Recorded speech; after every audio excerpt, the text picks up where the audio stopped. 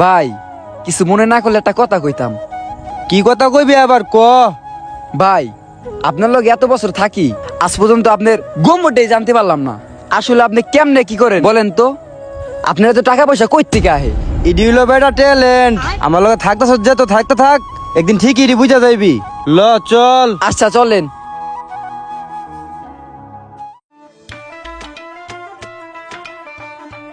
হাসান শোন, আমাদের এই চরে জমির দাম বেরিবান দিয়া রাতারাতি জমির দাম বেড়ে গেছে।